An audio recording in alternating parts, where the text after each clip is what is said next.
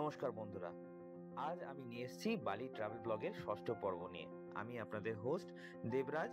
আজকে শোনাবো একটা নতুন ভ্রমণ কাহিনী। আর এই ভ্রমণ মানে শুধু নির্দিষ্ট কিছু দূরত্ব অতিক্রম করা নয়, এটা একটা গল্পের জন্ম দেয়, যেখানে প্রতিটি মোড়ে লুকিয়ে থাকে নতুন কোনো গন্ধ, নতুন কোনো মানুষ, নতুন কোনো দৃষ্টি। ভ্রমণ মানে নিজের ভেতরের নীরবতাকে খুঁজে পাওয়া, অচেনা শহরে ভিড়ে নিজের হাসিটা চিনে নেওয়া, কখনো সূর্যাস্তের রঙে মিশে যাওয়া, কখনো সমুদ্রের ঢেউয়ে হারিয়ে ফেলা সমস্ত ক্লান্তি। ভ্রমণ মানে ফিরে আসা নয়, বরং রেখে আসা কিছু অদেখা মুহূর্ত, যেগুলো মনে পড়লে হাসি আসে আর মন বলে আবার কোথাও যাই।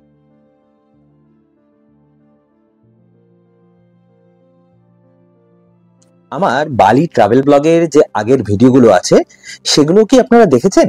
যদি না দেখে থাকেন, আমার ইউটিউবে এবং ফেসবুকে ভিডিওগুলো দেওয়া আছে, প্লিজ সময় করে একটু দেখে নেবেন। আর কেমন লাগলো অবশ্যই কমেন্ট করে জানাবেন।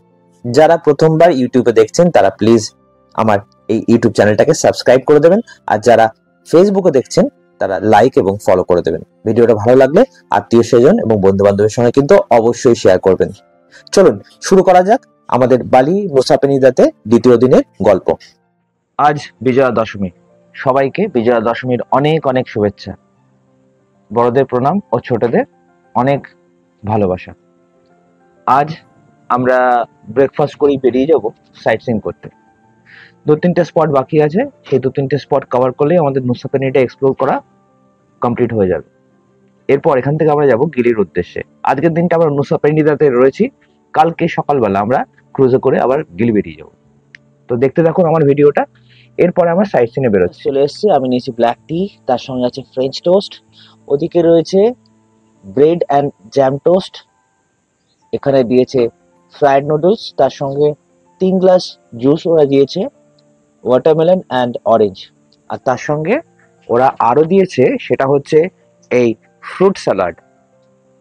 চলুন খাওয়া শুরু করা যাক, ঠান্ডা হয়ে যাবে। আজকে আমরা যে যে জায়গাগুলো ঘুরতে যাবো বলে ঠিক করেছি, তার মধ্যে উল্লেখযোগ্য হচ্ছে কেলিংকিন বিচ, তার সঙ্গে অ্যাঞ্জেল বিলাবং, আর তাছাড়াও আছে ক্রিস্টাল বে, এবং আর একটা কালকে পয়েন্ট বাকি ছিল সেটা হচ্ছে টেম্পল কেভ, ওটাও দেখতে যাবো। এটা আমাদের হোটেল থেকে সামনে। আর আরেকটা যেটা আছে সেটা হচ্ছে ব্রোকেন বিচ, ওটাও দেখবো। তো এই কটা প্ল্যান আছে। চলুন তাড়াতাড়ি ব্রেকফাস্ট শেষ করে বেরোনো যাক। এটা আপনারা আগে যারা বালিতে এসেছেন তারা ফেস করেছেন কিনা, এখানকার খাবারে এর মানে প্রত্যেকটা খাবারে দেখছি আমি স্ন্যাক্স জাতীয় আইটেমে এটা না মধু ব্যবহার করে, মানে হানি ব্যবহার করে। সেটা পপকর্ন হোক আর সেটা এই ফ্রেঞ্চ টোস্ট হোক, ওপরে চকলেট ক্রিম দিয়েছে, তার সঙ্গে আবার হানিও দিয়েছে, একটু মিষ্টি মিষ্টি খেতে। যারা আর কি এই ধরনের খাবার খান তারা আগে থেকে বলে দেবেন যে এখানে হানি না দিতে, ওপরে চকলেট এই টপিং না দিতে, তাহলে খাবার এমনি ভালো, কিন্তু ওই একটু মিষ্টি আছে। ভারতীয় হিন্দুদের মতো বালিনিজ হিন্দুরাও কিন্তু নিত্য পুজো করে। ফুলের সঙ্গে ঘাস জাতীয় কিছু মিশিয়ে তারা তাদের মন্দিরের সামনে ধূপকাঠি জ্বালিয়ে প্রতিদিন পুজো অর্চনা করে। উজ্জ্বল সকালে সবাইকে স্বাগত। আমরা এখন বেরোবো কেলিংকিন বিচের দিকে। আমার স্কুটার এখানে রেডি আছে, নিয়ে আমরা সোজা আজকে এই রাস্তা থেকে আমরা ডান দিকে গেছিলাম ডায়মন্ড বিচ দেখতে বা আটু বিচ দেখতে। আজকে আমরা বাদিক যাব কেলিংকিন বিচ দেখতে। চলুন বেরিয়ে যাওয়া যাক।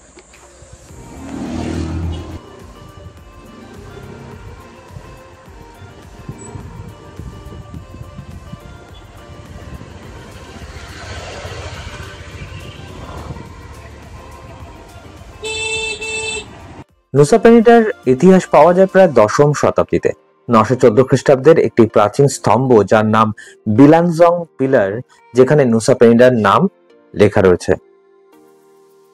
নুসা পেনিটা আসলে একটা দস্যু দ্বীপ ছিল। হ্যাঁ, ঠিকই শুনছেন। 1900 সালে ডাচ মানচিত্রে নুসা পেনিটাকে দস্যু দ্বীপ হিসেবে উল্লেখ করা হয়েছিল, কারণ ক্লুং রাজা একসময় অপরাধী, রাজনৈতিক প্রতিপক্ষ এবং কালো জাদু বিশেষজ্ঞদের নুসা পেনিটাতে নির্বাসিত করেছিল। আমরা কেলিংকিন বিচের দিকে যাচ্ছি, অনেকটা রাস্তা এবং পুরোটাই প্রায় জঙ্গলের মধ্যে।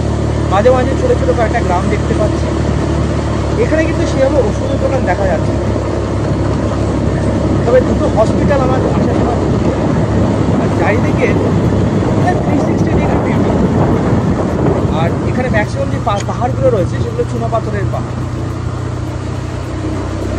আজকে প্রচণ্ড রোদ রয়েছে, বৃষ্টি সেভাবে আজকে হয়নি। এখনো পর্যন্ত যা গরম আছে সেটা সহ্য করে নেওয়া যায়। আর স্কুটারে আছি তো হাওয়া লাগছে ঠিকই আছে, তবে জানি না সমুদ্রের পাড়ে গেলে কীরকম সিচুয়েশন। চলুন যাওয়া যাক। এখানকার রাস্তা কিন্তু অনেক সরু, মানে এতটাই সরু যে পাশাপাশি দুটো গাড়ি গেলে কিন্তু আপনাকে রাস্তা থেকে বাঁদিকে নিচে নেমে যেতে হয়। এই দেখুন, এই হলো রাস্তার অবস্থা। আমরা ঢুকে পড়লাম কেলিংকিন বিচের মেন গেট দিয়ে, আর এখানে ঢুকতে আমাদের নিল 5000 IDR, যা ইন্ডিয়ান রুপিতে কনভার্ট করলে দাঁড়ায় 26 টাকা 55 পয়সা মতো।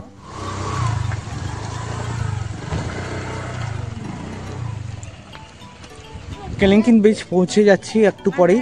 এখান থেকে সামনেই বাইক রাখলাম, বাইক পার্কিং থেকে এই 150-200 মিটার মতো হেঁটে যেতে হবে, তাহলে কেলিংকিন বিচ।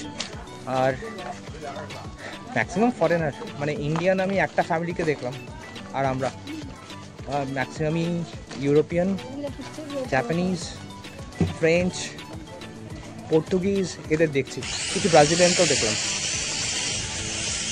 চলুন গিয়ে বিচের সামনে যাওয়া যাক, তখন থেকে ভিউটা আপনাদের দেখাচ্ছি। ডেভেলপমেন্টের জন্য, মানে ট্যুরিস্ট ডেভেলপমেন্টের জন্য অনেক কিছু অ্যাক্টিভিটি করছে। আমার মনে হয় প্রত্যেকটা দেশেই এই অ্যাক্টিভিটিগুলো থাকা দরকার। সেই হিসেবে আমাদের ওয়েস্ট বেঙ্গলে যত আমি এখানে দেখেছি ফরেন ট্যুরিস্ট আসছে, সেই হিসেবে কিন্তু আমি ওয়েস্ট বেঙ্গলে অতটা দেখিনি। তো আমার মনে হয় ওয়েস্ট বেঙ্গল গভর্নমেন্টের কাছে রিকোয়েস্ট থাকবে যে ওয়েস্ট বেঙ্গলে অনেক ভালো ভালো জায়গা আছে, এখানের থেকেও ভালো জায়গা আছে, সেটাকে একটু ডেভেলপ করা। তাহলে মনে হয় আমাদের রাজ্যের উন্নতি হবে এবং দেশের উন্নতি হবে। কেলিংকিন বিচ প্রত্যেকটা বিচেই দেখছি মানে পাহাড়ের ওপর থেকে নিচের দিকে নামতে হচ্ছে, মানে অনেকটা নিচে নেমে তারপরে সমুদ্রের বিচটা। মানে নর্মালি আমরা কি দেখি যে কোনো জায়গায় আমাদের দেশে সমুদ্রের বিচটা প্যারালাল থাকে, মানে সমুদ্রপৃষ্ঠ থেকে আমাদের যে শহরটা থাকে সেটা প্যারালাল থাকে, বা যখন সমুদ্রে নামতে যাবেন এতটা ইনক্লাইন নামতে হয় না, মানে একটা প্রায় মনে হচ্ছে আমি পাহাড়ের উপর থেকে নামছি। তো এই ব্যাপারটা এখানে আমি খুব দেখছি। চলুন দেখা যাক কতটা নিচে নামতে হয়।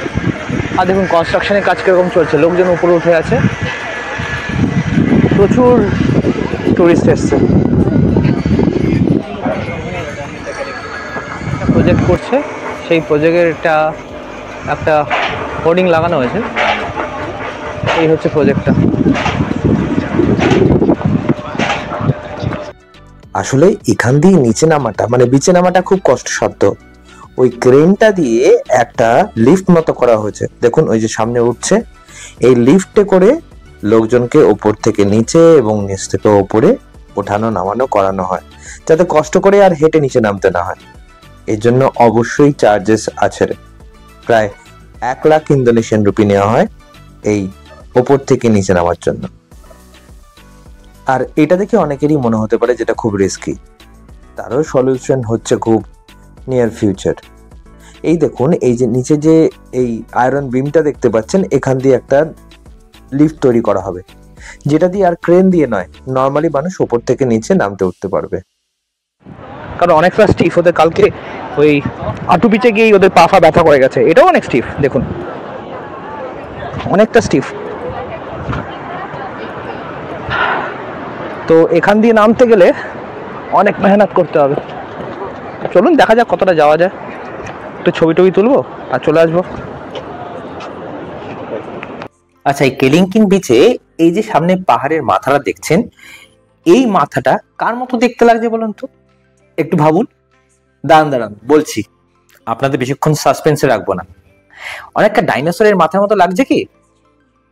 এই মাউন্টেনের সঙ্গে অনেকে জুরাসিক পার্কের এই টিরেক্স প্রজাতির ডাইনোসরের মিল খুঁজে পায়, তাই জন্য এই মাউন্টেনটার নামও কিন্তু টিরেক্স এর সঙ্গে মিলিয়ে রাখা হয়েছে, টিরেক্স মাউন্টেন। গুগল ম্যাপে সার্চ করলে একে সহজেই টিরেক্স মাউন্টেন বললে আপনাকে লোকেশন দেখিয়ে দেবে। সানসেট টাইমে এখান থেকে কিন্তু বেশ ভালো ছবি ওঠে। যারা সন্ধ্যাবেলায় আসবেন তারা কিন্তু এখানে সুন্দর সময় কাটাতে পারবেন এবং ভালো ভালো ছবি তুলতে পারবেন। লোকে নিচে নামে না কেন? বেসিক্যালি নিচে নেমে বীজটা দেখা, যে উপর থেকে যতটা সুন্দর দেখতে, নিচে নেমে কিন্তু অতটা রিয়েলাইজ করতে পারবেন না। মানে পাখির চোখে যেটা দেখছেন সেটাই অনেক বেটার। নিচে নেমে সেরকম বীজ এনজয় করার মতো কিছু নেই, সেজন্য কেউ হয়তো নিচে নামে না। আমি এখান থেকে উপর থেকে যতটা পাচ্ছি দেখিয়ে দেওয়ার চেষ্টা করছি আর নামছি। রাস্তাটা দেখুন,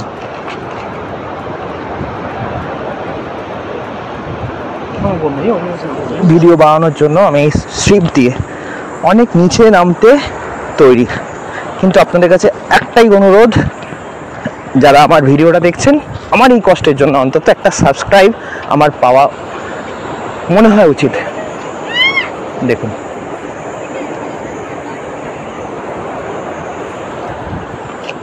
এই যে আমার মোবাইলটা নিয়ে নিতে পারতো, এদের অভ্যাস এরকমই। এখানে উঠে আসলাম, এবার গিরিধার তনুশ্রীকে খুঁজতে হবে, খুঁজে আবার ব্যাক করতে হবে। গিয়ে ওদের ফোন করি, ও ডাকছে ওপরে। চলুন যাওয়া যাক নেক্সট ডেস্টিনেশন। বলেছি কোথায় যাচ্ছি, হাঁপিয়ে গেছি, একটু জুড়িয়ে নিই। এখন পুরী পালং বিচের দিকে যাচ্ছি। শুনলাম এখানে নাকি গাড়ি ছাড়া যেতে দেয় না, তা আমরা ট্রাই করছি যে যাওয়া যায় কিনা। আমরা বেরিয়ে যাচ্ছিলাম, কিন্তু কি মনে হলো এই জায়গাটা আমাদের দেখা দরকার। দূর থেকে দেখছিলাম, দেখা যাক এখানে দেখা যায় কিনা। এই গাড়িটা এখানে পার্ক করলাম, ওই সোজা ওইদিকে হচ্ছে সেই ক্লিফটা, যেটা আমরা কেলিঙ্কিন ব্রিজ থেকে কেলিঙ্কিন বিচ থেকে দেখতে পাচ্ছিলাম। মানে কেলিঙ্কিন বিচে যখন নিচের দিকে নামছিলাম, ওখান থেকে এই ক্লিফটা দেখতে পাচ্ছিলাম। দেখা যাক এখানে কি আছে। এখানে কোনো ব্লগার সেভাবে এসছে কিনা আমি জানি না, যদি কেউ এসে থাকে আমাকে কমেন্ট বক্সে প্লিজ জানাবেন। কেলিঙ্কিন ব্রিজ থেকে বেরিয়ে পার্কিংয়ের দিকে না গিয়ে তার উল্টো দিকে যাবেন, তাহলে এই জায়গাটা আসবে। দেখা যাক কি আছে এখানে।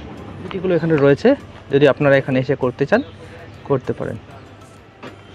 এখানে ওই 30,000 পার পারসন নিচ্ছে, আন্ডার 10 ইয়ার্স ফ্রি আছে। এখানে আপনারা ফ্রি ওয়াইফাই পেয়ে যাবেন, ফ্রি ফটো তুলতে পারবেন, জায়গা রয়েছে সে স্পট, ফ্রি টয়লেট, এগুলো পেয়ে যাবেন। চলুন ভেতরে যাওয়া যাক।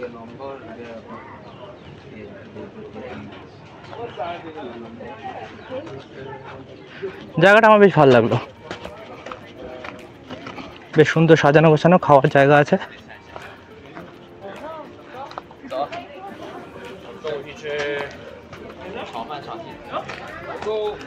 খুব কম ভিজিটার্স রয়েছে এখানে।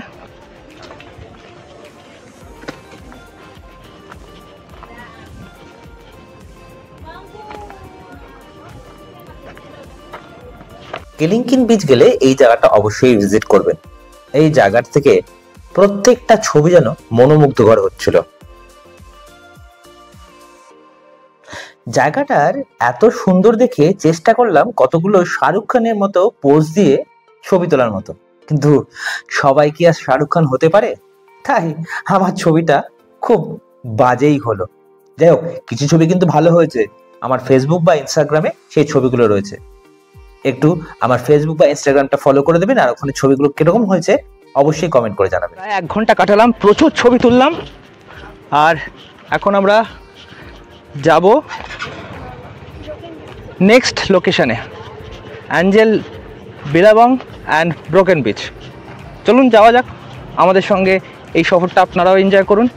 আর হ্যাঁ, বারবার বলছি, আপনাদের একটা লাইক, একটা সাবস্ক্রিপশান আমাকে অনেক এনকারেজ করে একটা ভালো ভিডিও বানানোর জন্য।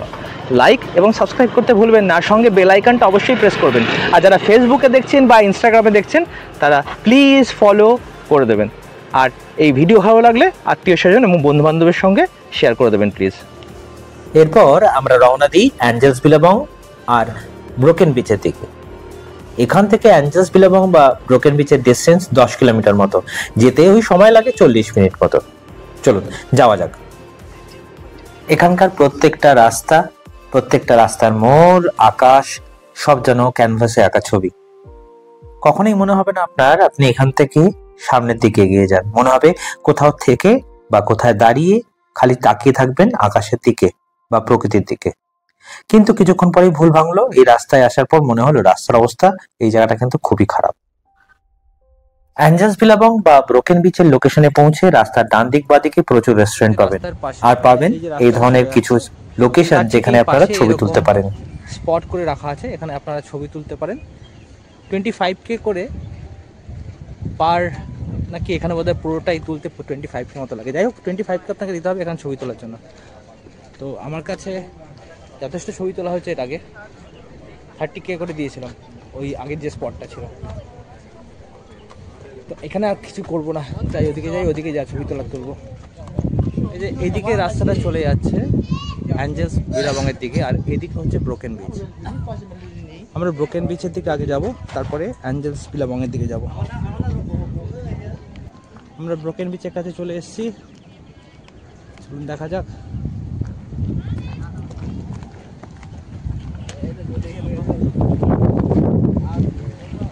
এখানে এসে আমার মনে হচ্ছিল নীল আকাশ এই সমুদ্রের সঙ্গে কোথাও গিয়ে মিশে গেছে, আর এই নীল আকাশের নীল রং এই সমুদ্রের জলে মিশে সমুদ্রের জলকেও নীল করে দিয়েছে, তার নিজের রঙে রাঙিয়ে দিয়েছে।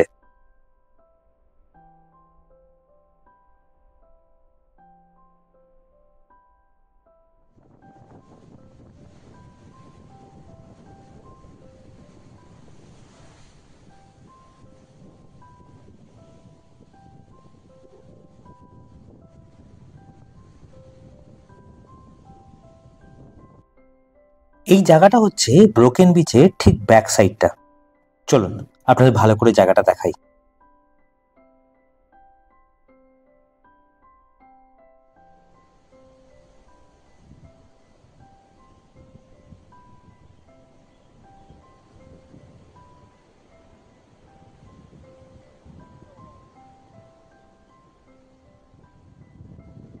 কেমন লাগছে জানাবেন।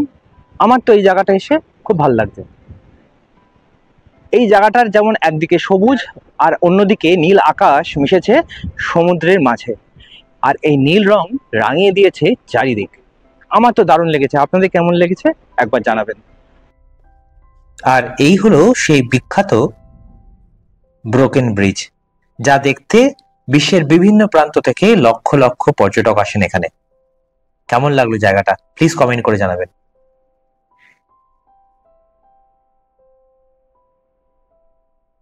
এই জায়গাটা এতটা সুন্দর হলেও এখানে কিন্তু নিচে বিচে যাওয়ার কোনো অপশন আপনার কাছে থাকবে না। ওপর থেকেই এর প্রাকৃতিক সৌন্দর্য আপনাকে উপভোগ করতে হবে। হয়তোবা কেউ যেতে পারে না বলেই এটা আনটাচ আর এতটা ভার্জিন, আর দেখতেও তাই এতটা সুন্দর।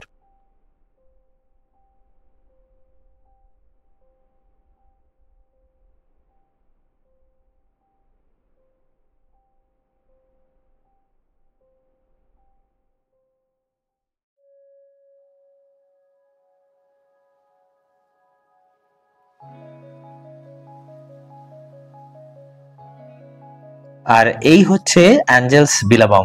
আগে এখানে নেমে স্নান করা যেত, কিন্তু হয়তো কোনো দুর্ঘটনার জন্য এখন এখানে ঢোকা কিন্তু রেস্ট্রিক্টেড। এখানে নেমে এখন আর স্নান করা যায় না।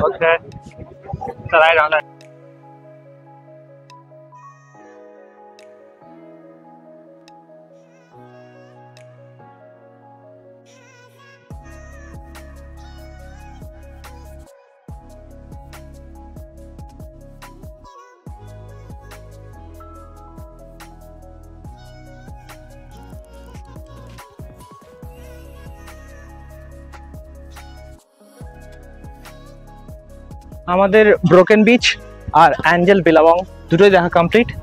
লাস্ট ডেস্টিনেশন, নট লাস্ট, এরপরে আরেকটা জায়গা আছে, সেটা হচ্ছে কেভ টেম্পল।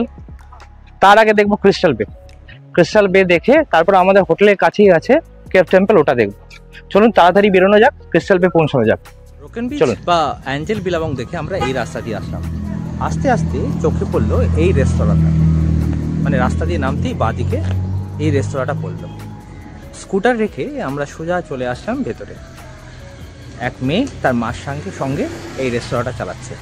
সাধারণত আমি যেই জায়গায় টুরিস্ট স্পট আছে সেই জায়গায় খুব একটা খাওয়া পছন্দ করি না, কারণ সেখানে ভিড় বেশি, সেখানে দাম বেশি, সেখানে ব্যবহারটাও খুব একটা যে ভালো হয় সেটা নয়। আবার অনেক জায়গায় ভালো হয়, দু রকমেরই হয়, তবে খারাপ ব্যবহারটা পাওয়ার সম্ভাবনা থাকে। তাই আমি সাধারণত এই ধরনের যে খাবারের জায়গাগুলো রয়েছে বা ফুড জয়েন্টগুলো রয়েছে সেখানে এসে খেতে ভালোবাসি। কারণ একদিকে এটা একটু নির্জন জায়গায় থাকায় ভিড়ভাড়টা কম থাকে এবং ফ্রেশ খাবারটা পাওয়া যায়। আর একটা জিনিস, যেখানে আপনাদের বেশি লোক যাচ্ছে সেখানে তো লোকজন ইনকাম করছে, কিন্তু গ্রামের দিকে এইসব ছোটো ছোটো দোকানগুলো বা মেন স্পট থেকে দূরে যে দোকানগুলো আছে তারা তো সেভাবে ইনকাম করতে পারে না, তাদের একটা হেল্পও হয়। তাই এবার থেকে আপনারাও চেষ্টা করবেন যে মেন স্পট থাকে সেখান থেকে বেরিয়ে একটু দূরে গিয়ে যে খাবারের দোকানগুলো আছে বা যে কোনো কিছু কেনাকাটির দোকান আছে সেগুলো যদি করতে পারেন তাহলে কিন্তু আপনাদের ইনডাইরেক্টলি তাদেরকে হেল্প করাও হয়। আর খাবারের দোকান থাকলে ফ্রেশ খাবারটাও কিন্তু পাওয়া যায় সেখান থেকে। এই যেমন আমাদের এখন খাবার রেডি করে দিচ্ছে, এটা হচ্ছে চিকেন তেরিয়াকি রাইস, আর একটা প্লেট নেওয়া আছে লালাপান ইয়াং। এই দুটো খাবার দিয়ে এখন আমরা লাঞ্চ সারব।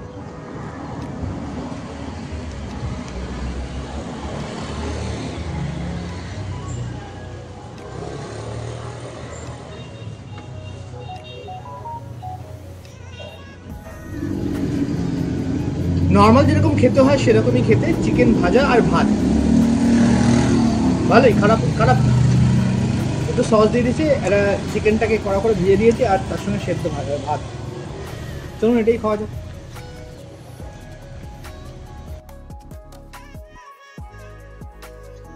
খাওয়া দাওয়ার পর আবার আমরা একটা ছোট্ট সুন্দর হাতে আঁকা যেন ক্যানভাসের গ্রামের মতো একটা গ্রামের মধ্যে দিয়ে স্কুটার চালিয়ে চললাম ক্রিস্টাল বের দিকে।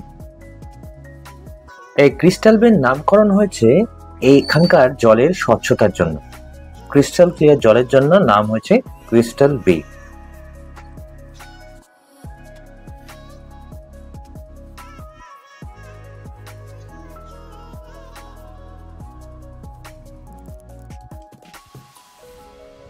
চলে এসেছি ক্রিস্টাল বেতে, জাস্ট সমুদ্রের পাড়েই আমরা রয়েছি। তবে এখানে খুব একটা ভালো ছবি হবে বলে মনে হচ্ছে না, কারণ আমি যেদিকে যাচ্ছি সেদিকে সানসেট হবে। তো যেদিকে সূর্য রয়েছে আমার ক্যামেরা লাইট যেদিকে রয়েছে সেদিকে যদি থাকে তাহলে ভালো ছবি পাওয়া যায় না, এর জন্য আমাকে মার্জনা করে দেবে। এখানে লোকে সুইমিং করতে তো আসেই, তার সঙ্গে স্কুবা ডাইভিংও করতে আসে শুনলাম। জানি না কতটা সত্যি কতটা মিথ্যে, তবে সুইমিং যে এখানে খুব ভালো হয় সেটা দেখেই বোঝা যাচ্ছে, দেখিয়ে দিচ্ছি।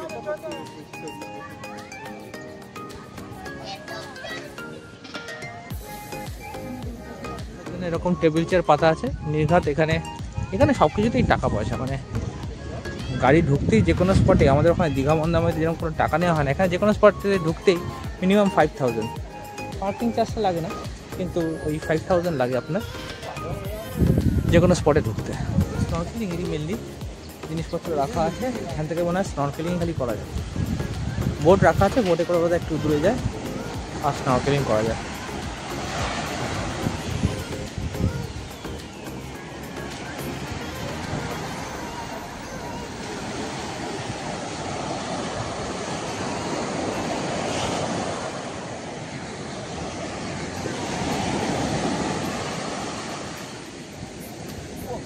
পাথরটা যেহেতু রয়েছে একটা ক্রিস্টাল সাইজের মতো বা ক্রিস্টালের মতো, সেই জন্য এটাকে ক্রিস্টাল বে বলা হয়। আর কি জন্য লোকে এখানে সানবাথ নিচ্ছে, এই করছে আর কি, সব সাদা কালার।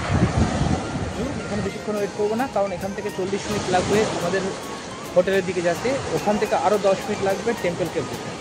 তো আমরা এখানে থেকে এক্ষুনি বেরিয়ে যাবো, সেরকম কিছু নয়, সমুদ্রে রয়েছে। এখান থেকে গিলিতে অনেক ভালো ভিউ পাবো, তো আমরা এখান থেকে বেরিয়ে যাচ্ছি।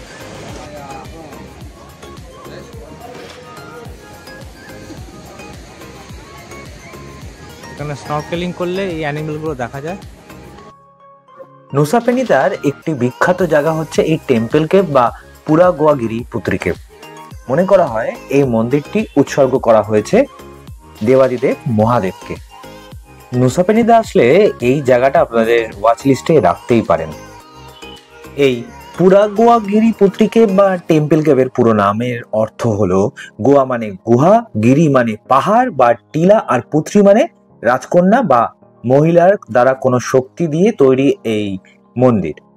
মনে করা হয় মহাদেবকে এই মন্দিরটি উৎসর্গ করা হয়েছে। বালির ঐতিহাসিক আস্থায় এই গুহাটি পবিত্র হায়াঙ্গিরি পুত্রীর আবাস বলে মনে করা হয়। এখানে এই মন্দিরে ঢুকতে গেলে কিন্তু সারাং পরে ঢোকাটা আবশ্যক। এই মন্দিরের গেটের উল্টো দিকেই একটা দোকান আছে, যেখান থেকে আপনারা সারাং ভাড়া পেয়ে যাবেন। আর এই হলো সেই মন্দিরের প্রাঙ্গণ, যেখানে আপনি ঢুকলেই আপনাকে হলি ওয়াটার ছিটিয়ে শুদ্ধ করা হয়। আর এরপরেই ঘটে গেল সেই ঘটনা যার জন্য আমাদের মন্দিরের গুহার ভেতরে ঢোকা হলো না। আমরা বাইরে থেকে দেখে বেরিয়ে আসলাম। ভেতরে ঢুকতে ওই রেজিস্ট্রি করতে হবে বললো। তো রেজিস্ট্রি মানে নিজের নাম ফর্ম থেকে এসে এগুলো লিখতে হবে। লেখার পর আমি নিজের থেকে 20K মতো দিতে গেলাম ডোনেশন। বলছে না 50,000K পার হেড দিতে হবে, মানে আমাদের তিনজনের 1,50,000K দিতে হবে। আমি বললাম যে ডোনেশন আমি আমার মন থেকে যা দেবো। বলছে না, হবে না। আমার সেই জায়গা দেখতে একদম পছন্দ নয় যেখানে আমি যেটা ইচ্ছে হবে সেটা ডোনেশন দেবো। ভগবান বলে দেয়নি কাউকে যে তোমাকে এই জায়গায় আসলে এত ডোনেশন দিতে হবে। ভগবানই তো আমাদের দিচ্ছে সব, আবার ভগবানকে আমরা ফেরত দেবো কি? আমরা নগণ্য মাত্র। তো আমার এটা কোথাও ভালো লাগে না, এটা কোনো মন্দিরেই ভালো লাগে না, কোনো মসজিদেই আমাকে যদি বলে যে এই টাকাটা দাও, বা কোনো চার্চে কোনো দিন কিছু বলেছে কিনা জানি না, আমার তো কোনো দিন দেখিনি।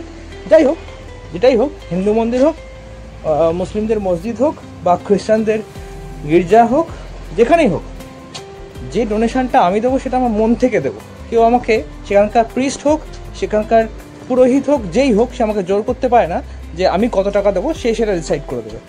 যাই হোক, আমরা ভেতরে ঢুকিনি, আমরা বাইরে থেকে একটু দেখে বেরিয়ে আসলাম। আপনারা যদি এখানে আসেন এই টেম্পল কেভে, তাহলে এটা আপনাদের ওপর ডিপেন্ড করবে আপনারা কি করবেন। এই ডিসিশনটা সম্পূর্ণ আপনাদের। আমার এখানে কিছুই বলার নেই। আমার যেটা মনে হয়েছে জাস্ট এই সাজেশনটা আপনাদের জানালাম।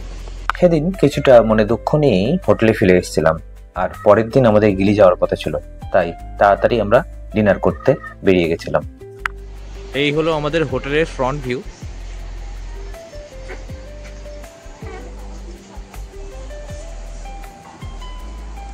আর এইদিকে মানে ওশান ব্লু যে দিকটা লেখা আছে তার উল্টো পারে হচ্ছে কি সমুদ্রটা। রেস্টুরেন্টের বাইরে এরকম মেনু কার্ড রেখে দেওয়া হয়। যখন আপনি খেতে ঢুকবেন তখন মেনু কার্ড দেখে আপনি ডিসাইড করতে পারেন কি খাবেন। আজ আমরা ডিনারে নিয়ে নিয়েছি পিৎজা, চিকেন পিৎজা। আর আমার জন্য নিয়ে নিলাম নাসি গোরেং। এখানে আসার পরে এই জিনিসটাই আমার তাও ঠিকঠাক লাগছে খাওয়ার জন্য। তার পরের দিন আমরা নুসা পেনিদা হারবার থেকে চলে গেছিলাম গিলি। আর এই গিলিতে কিন্তু কোনো ধরনের পেট্রোল বা ডিজেল চালিত কোনো যানবাহন চলে না। সেখানে চলে ইলেকট্রিক স্কুটি বা নর্মাল সাইকেল বা ঘোড়ায় টানে এরকম কোনো গাড়ি বা টাঙা।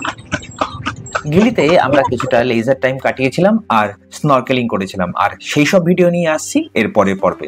যদি ভিডিওটা ভালো লাগে তাহলে আত্মীয় স্বজন এবং বন্ধু বান্ধবের সঙ্গে ভিডিওটা প্লিজ শেয়ার করে দেবেন। যারা প্রথমবার ইউটিউবে দেখছেন তারা আমার এই ইউটিউব চ্যানেলটা সাবস্ক্রাইব করে দেবেন এবং বেল আইকনটা প্রেস করে দেবেন যাতে পরের ভিডিওগুলোর নোটিফিকেশন আপনাদের কাছে পৌঁছে যায়। যারা ফেসবুক এবং ইনস্টাগ্রামে দেখছেন প্লিজ আমাকে ফলো করে দেবেন, আর ডেসক্রিপশন বক্সে আমার ফেসবুক এবং ইনস্টাগ্রাম আইডি দিয়ে দিচ্ছি। ভালো থাকবেন, আসছি এর পরের ভিডিও নিয়ে খুব শিগগিরই।